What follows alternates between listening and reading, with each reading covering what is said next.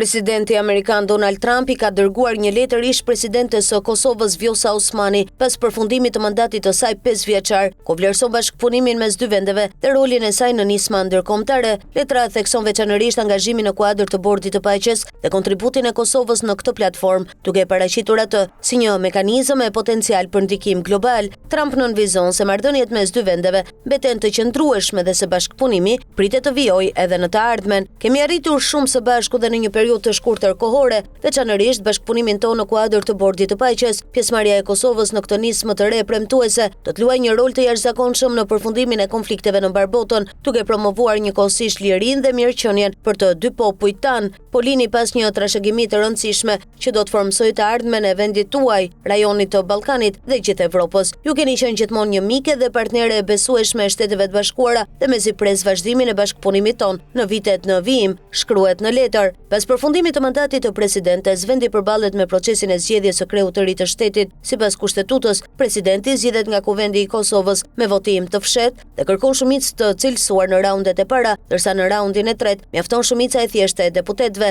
Partitë politike nuk kanë dalë ende me një konsensus të qartë për emrin e presidentit të ardhshëm, çka po rrit shqetësimet dhe mundësitë për të shkuar në zgjedhje të reja parlamentare.